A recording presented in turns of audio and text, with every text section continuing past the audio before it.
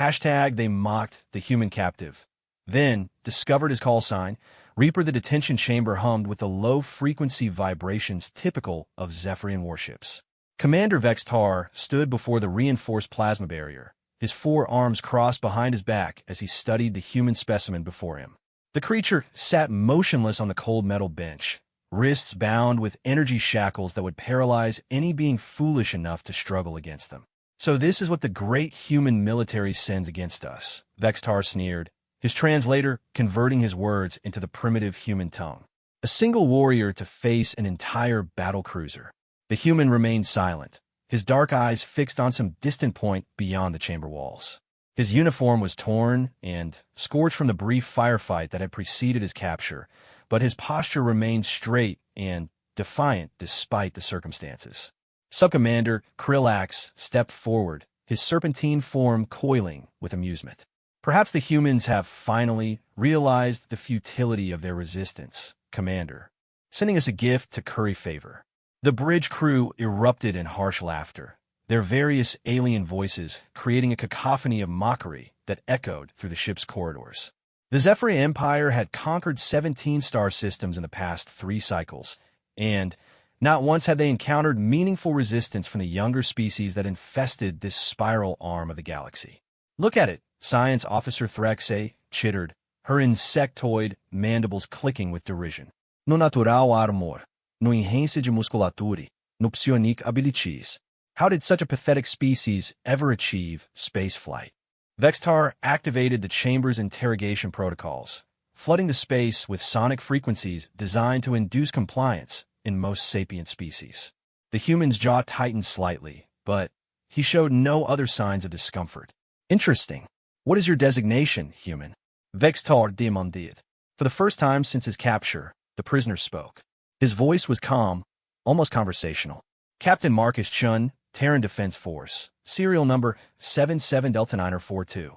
Captain, Krillax repeated mockingly. Such grandiose titles for such a primitive species. Tell me, Captain, how many ships did your pathetic military send to challenge the might of the Zephyrian Empire? Just one, Chin replied without hesitation. The bridge fell silent for a moment before erupting in even louder laughter. Several junior officers had to steady themselves against their stations as they wheezed and gasped in amusement.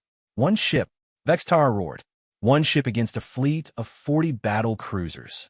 Your species' arrogance knows no bounds. Chun finally looked up, meeting the commander's gaze through the plasma barrier. One ship is all we needed for reconnaissance. We've learned everything we came here to learn.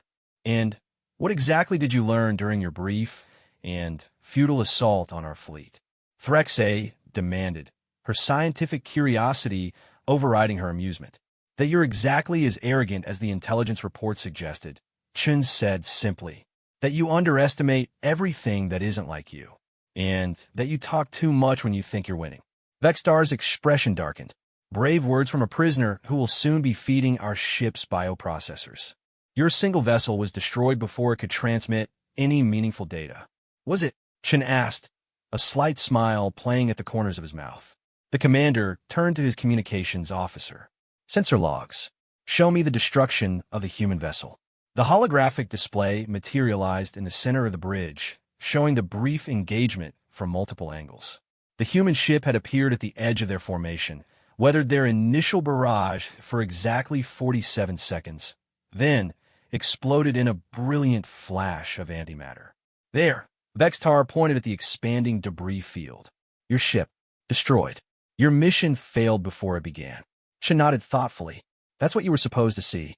Question is, Commander, did you ever wonder why a reconnaissance mission would use such an obvious approach? Why we'd send a single ship on what appears to be a suicide run? An uncomfortable silence settled over the bridge. Vextar found himself studying the tactical display more carefully, looking for details he might have missed during the heat of battle. You're bluffing, Krillax hissed, but his voice lacked its earlier confidence. Maybe, Chin agreed. Or maybe you should be asking yourselves why my call sign back home is Reaper, and why the Terran Defense Force saw fit to send someone with that particular reputation on a simple reconnaissance mission. The human leaned back against the chamber wall, his expression becoming almost serene. Tell me, Commander, how long has it been since you've received a status report from any of your outlying patrol vessels? Hashtag they mocked the human captive.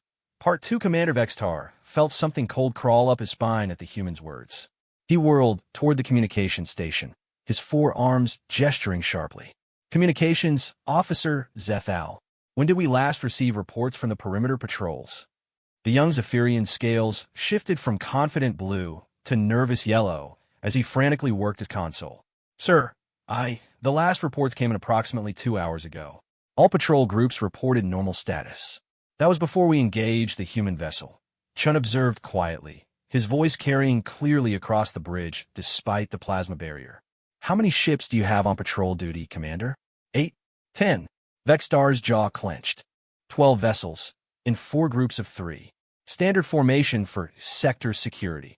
12 ships, Chun repeated thoughtfully. Each group positioned at optimal points for monitoring hyperspace entry lanes and long-range sensor coverage. Very professional. Your tactical doctrine is quite sound, actually.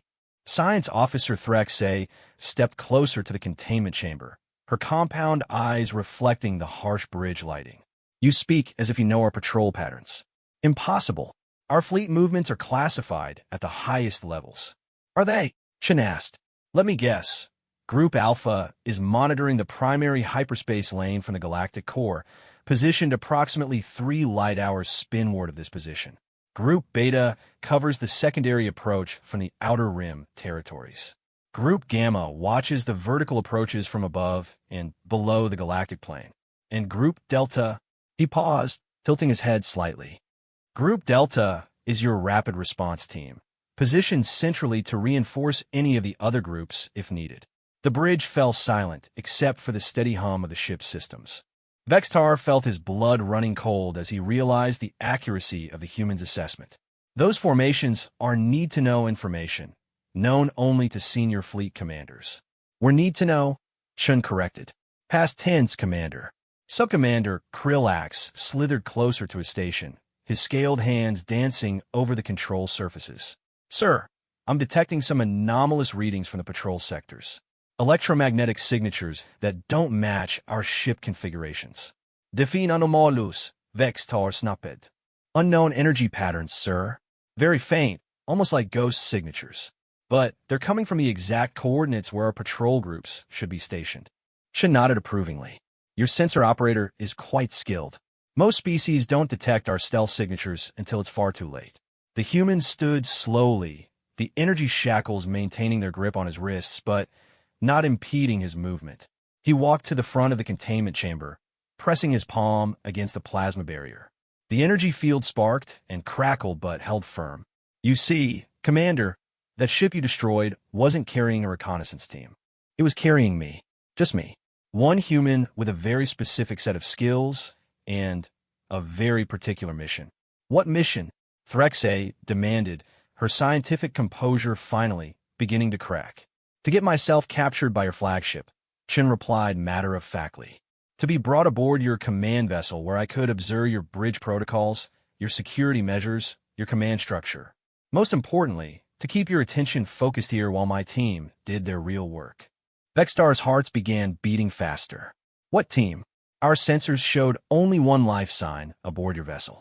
Human stealth technology is quite advanced, Chin explained patiently. We've had centuries of practice hiding from things that want to kill us. Unlike most species, we didn't achieve dominance on our home world through size or natural weapons. We did it through cunning, patience, and the ability to strike without warning. The communications officer's voice cut through the tension like a blade. Commander, I'm receiving emergency beacons from all patrol groups. Ships are, sir, I'm reading massive hull breaches and power failures across the entire perimeter. Chun smiled, and for the first time, the expression held no warmth whatsoever. My team moves fast when they need to. 12 patrol vessels, each taken out with surgical precision before they could transmit warnings or call for assistance. Your formation is quite good, Commander, but it assumes the enemy will attack from outside your perimeter. Inside, Krillax whispered. But that's impossible. Our sensors would have detected any ships entering the system. Would they? Chen asked. Your sensors are calibrated to detect ships moving at sublight or preparing for hyperspace jumps. They're designed to track engine signatures, mass displacements, gravitational anomalies. They're not designed to detect objects that have been drifting for weeks, powered down to minimal life support, waiting for exactly the right moment. The tactical display updated, showing the patrol vessel's last known positions. Red warning icons appeared at each location, indicating ships in distress or destroyed. My people call it a dead drop insertion, Chun continued. We launch our strike teams weeks before the actual operation begins. Small craft, minimal signatures, designed to look like space debris or asteroid fragments. They drift through the target system, gathering intelligence and positioning themselves for the kill. Vextar turned to his tactical officer. How many ships are we facing?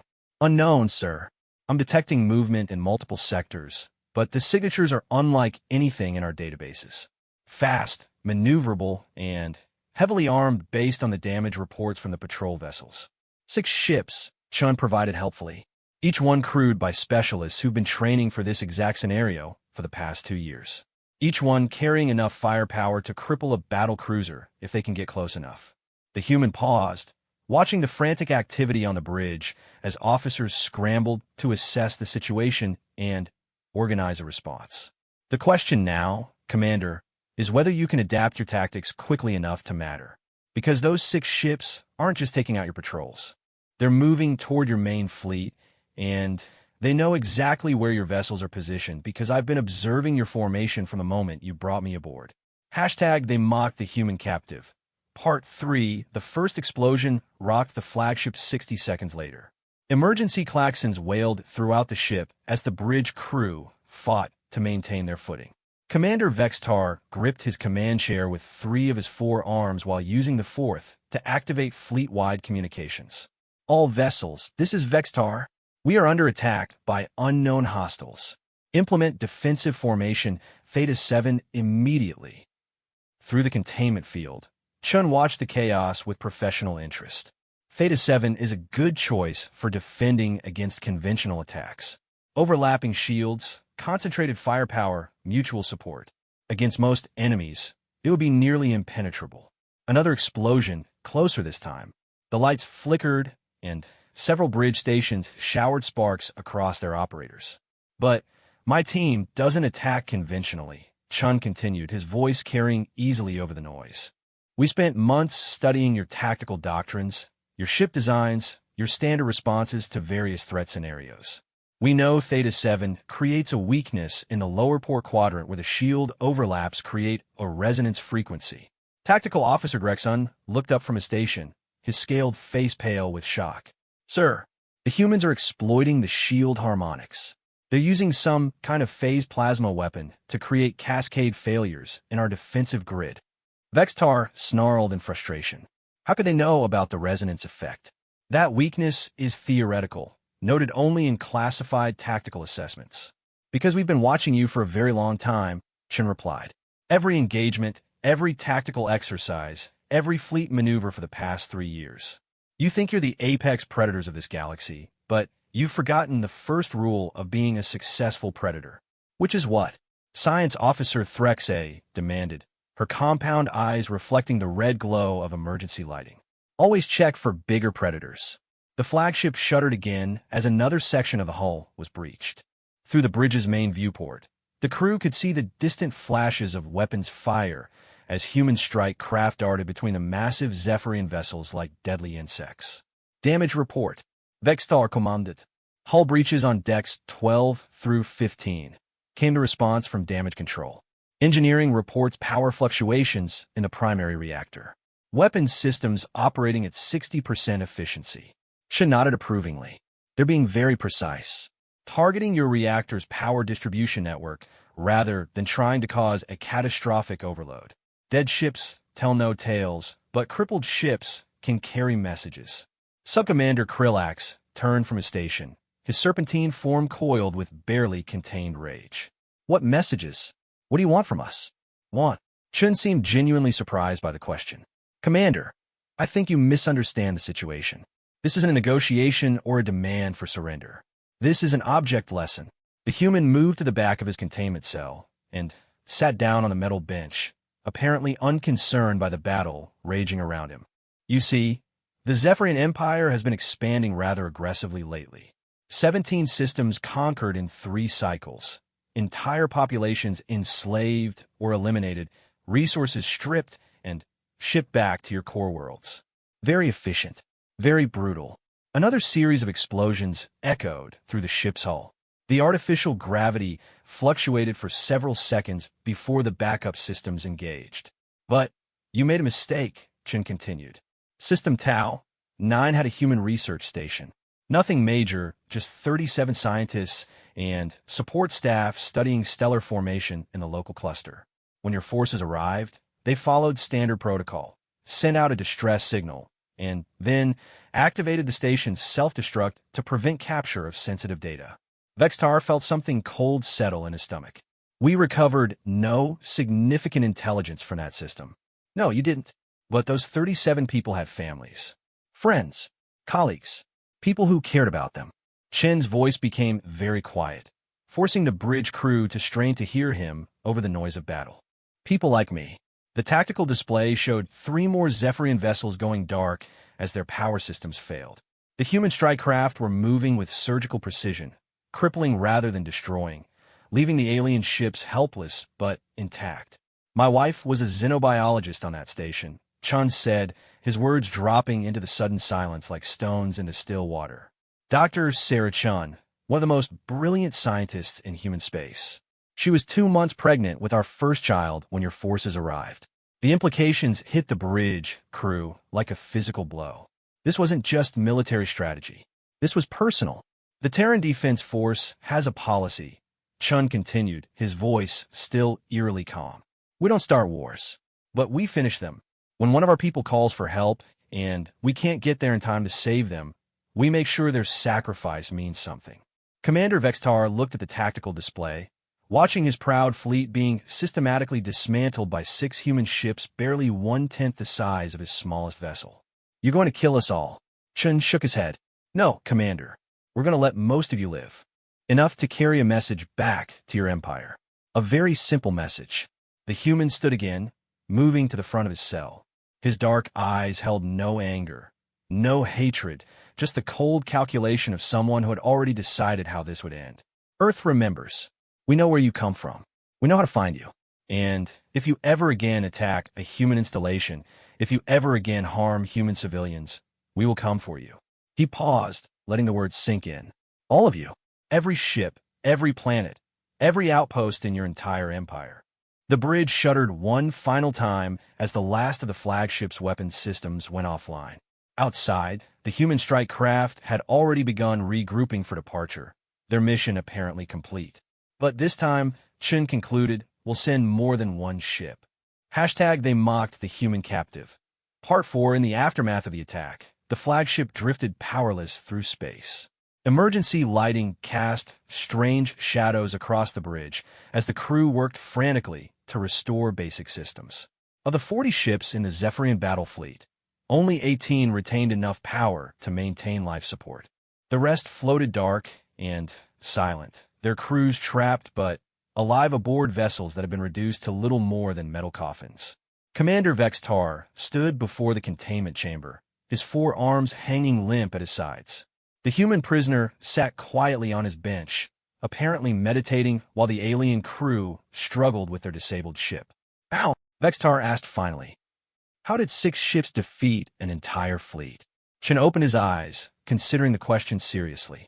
Your species evolved as apex predators on your homeworld. Large, powerful, naturally armored. You've carried that mindset into space. Bigger ships, heavier weapons, overwhelming force applied directly. It served you well against most enemies. The human gestured toward the bridge windows where the disabled Zephyrian vessels hung motionless against the stars. But humans evolved differently. We were prey animals for most of our development. Small, weak, with only our brains to protect us from things with bigger teeth and claws. Science Officer Threxe looked up from her attempts to repair her damaged station. Prey animals don't conquer galaxies, don't they? Chen smiled grimly. Prey animals learn patience. They learn to hide, to watch, to wait for exactly the right moment. Most importantly, they learn to turn a predator's strengths against them. Subcommander Krillax slithered over from the communication station, his scales still displaying nervous patterns. The strike force that attacked us, they're gone. Vanished as completely as they appeared. Our sensors can't track them. They're not gone, Chen corrected. They're just invisible again. Right now, they're probably positioned at safe observation distances, watching to see what you do next. If you attempt to pursue them or call for reinforcements, they'll disable any ships that try to leave this system.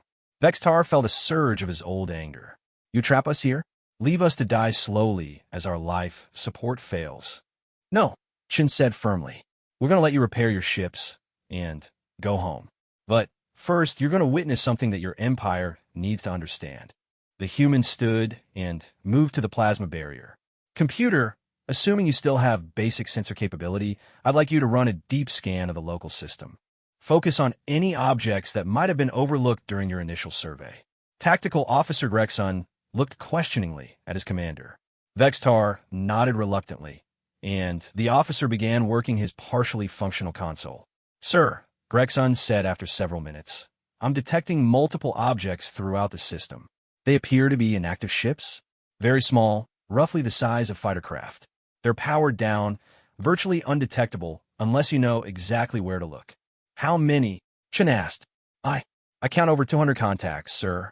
They're everywhere. Asteroid belts, Lagrange points, even in the upper atmospheres of the gas giants. Chen nodded with satisfaction. The Terran Defense Force began seeding this system 6 months ago, after we confirmed that your fleet was using it as a staging area. Every week, a few more ships would drift in, disguised as space debris or natural phenomena. By the time you arrived here, you were completely surrounded. The bridge crew exchanged horrified glances.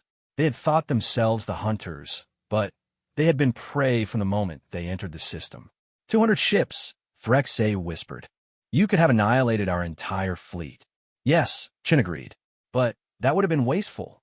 Dead enemies don't learn anything, and they don't carry messages. The 6 ships that attacked you were specifically chosen for this demonstration. They're not even our best units, just adequate for the task of disabling your fleet without destroying it. Commander Vextar sank into his command chair, the weight of realization crushing down on him. What are your best units? The ships commanded by people like me, Chen replied quietly. People who have personal reasons to be very, very good at what they do. People who've earned call signs that make other humans nervous. The human activated his wrist communicator, speaking in rapid English that the translation systems struggled to convert. After a brief conversation, he turned back to the Zephyrian officers. My strike commander informs me that your communications array can be restored to minimal functionality within the hour. When it is, you'll be permitted to send one message to your high command. I suggest you choose your words carefully. What message? Vextar asked. The truth, Chen said simply. That the human species is not the primitive, defenseless civilization your intelligence reports suggested. That we've been watching your expansion for years, cataloging your tactics, your weaknesses, your strategic objectives. Most importantly, that we remember our dead. The containment field suddenly powered down with a soft chime. Chen stepped through the opening, his energy shackles deactivating and falling to the deck with metallic clanks. None of the bridge crew moved to stop him as he walked calmly to the tactical station. Your scanning officer was correct about the 200 ships, Chen said, manipulating the displays with practiced ease. But he missed something important. The tactical hologram shimmered and reformed, showing the entire star system from a strategic perspective. Hundreds of contact indicators appeared, scattered throughout local space in what appeared to be random patterns. Do you see it? Chen asked. Threxay studied the display intently, her compound eyes analyzing the distribution of human ships. The positioning isn't random. They're arranged in formations, strike groups, Chen confirmed. Each group targeting specific exit vectors from this system. If you tried to flee when the attack began, you would have run directly into prepared ambush positions. If you had attempted to call for reinforcements, they would have arrived to find the hyperspace lanes completely controlled by human forces. The implications were staggering. Not only had the humans infiltrated the system, they had turned it into a perfect trap. Every ship that enters this system is now at our mercy, Chen continued. Your Empire's expansion has reached its limit, Commander. This is where it stops. Hashtag they mocked the human captive. Part 5 3 hours later, the flagship's communications array crackled to life with static-filled transmissions. Commander Vextar sat hunched over his rebuilt console, composing the most difficult message of his military career. Across the bridge, Chun waited patiently, occasionally offering technical advice to the repair crews working to restore basic ship functions. "I don't understand," Science Officer Threxe said for the fourth time. "Why are you helping us repair our systems? Why not simply destroy us and be done with it?" Chun looked up from the engineering panel he'd been monitoring. "Because destruction teaches nothing. Fear teaches everything." The human moved to the bridge's main viewport, gazing out at the slowly recovering Zephyrian fleet. Many of the ships were now showing running lights again, their crews having managed to restore minimal power and life support. "Your Empire has ruled through intimidation for centuries," Chen continued. "Overwhelming force applied ruthlessly against anyone who resists. It's an effective strategy against most species, but it has a critical weakness." "Which is?" Subcommander Krillax asked, his scales finally shifting back toward their normal coloration. "It only works if your enemies believe you're truly overwhelming." Chen turned back to face the bridge crew. "What happens to your expansion when word spreads that a human force 1/10 your size completely neutralize your most powerful fleet?"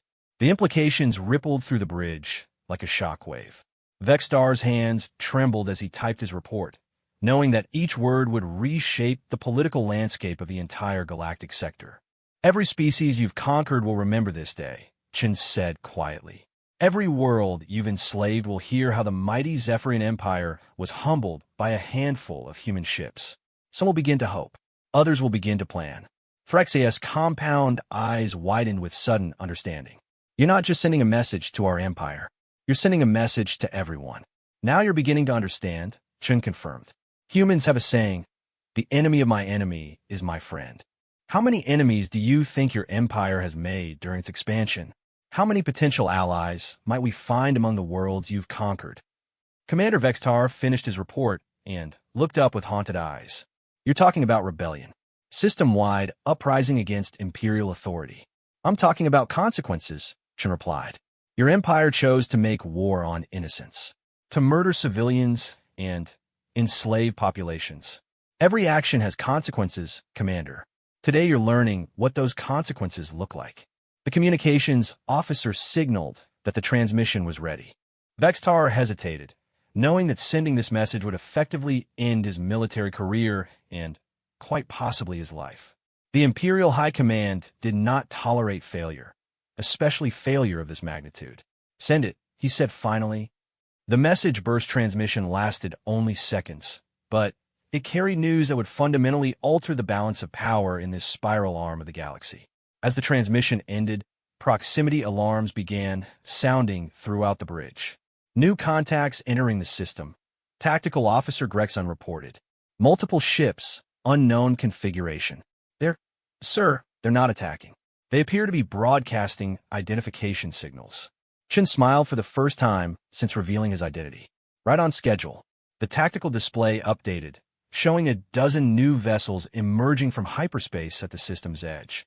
Unlike the sleek, predatory lines of Zephyrian warships or the brutal efficiency of human strike craft, these ships displayed a variety of design philosophies and construction techniques. "Mixed species flotilla," Chen explained. "Representatives from several worlds that your empire has visited in recent years. They've been monitoring our communications, waiting for confirmation that the demonstration was successful." A new voice crackled over the communications array, speaking in heavily accented galactic standard. "This is Captain Tvek of the Corvani Liberation Front. We request permission to witness the withdrawal of Imperial forces from this system." More transmissions followed. "The Hellion Resistance. The Free Colonies of Rigel. The Displaced Peoples Alliance." One by one, representatives of a dozen subjugated species announced their presence in the system. "You see," Chen said to the stunned Zephyrian bridge crew, "humans aren't the only species that remembers injustice.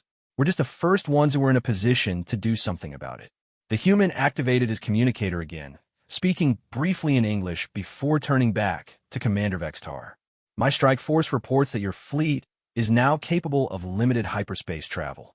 You have 6 hours to evacuate this system before it becomes a permanent human naval base. Vextar stood slowly, his 4 arms trembling with exhaustion and defeat. And if we refuse to leave?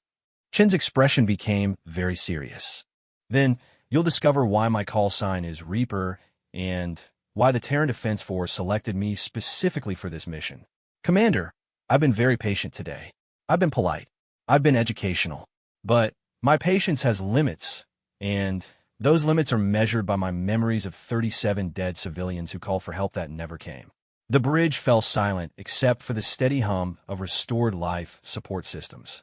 Outside the viewport, the multi-species flotilla maintained formation, their weapons powered down, but their message clear. Your empire has a choice to make, Chun continued. You can accept that your expansion has reached its limit, withdraw from contested systems, and negotiate reparations for the worlds you've conquered. Or you can escalate this conflict and discover exactly how many allies humanity has been making while you thought you were the apex predators of this galaxy. Commander Vextar looked around his damaged bridge, at his defeated crew, at the tactical display showing human ships positioned throughout the system like a three-dimensional chess game already won. Finally, he looked at the human who had orchestrated their complete humiliation without firing a single shot himself. What guarantee do we have that humanity will honor any agreements we make? Chin considered the question seriously. The same guarantee your victims had when they surrendered to Imperial forces. The same promise of mercy you gave to the research station in Tau, 9 before you killed everyone aboard. The human walked toward the bridge exit, pausing at the doorway. The difference, Commander, is that humans keep our word. When we promise to leave you alone, we mean it. When we promise to come for you if you break the peace. He turned back, his dark eyes reflecting the bridge lighting like chips of obsidian. We mean that too. As Chun disappeared into the corridor, heading for the shuttle bay where a human extraction team waited, Commander Vextar began issuing orders for fleet withdrawal. Behind him, the communications array continued receiving transmissions from liberated worlds across the sector, each one pledging support for the new alliance forming around humanity. The age of Zephyrian expansion was over. The age of human protection had begun. And, in the depths of space, invisible ships continued their patient watch, crewed by humans who remembered their dead, and had learned that sometimes the most powerful weapon was simply letting your enemies destroy themselves through their own arrogance. The Reaper's work was done.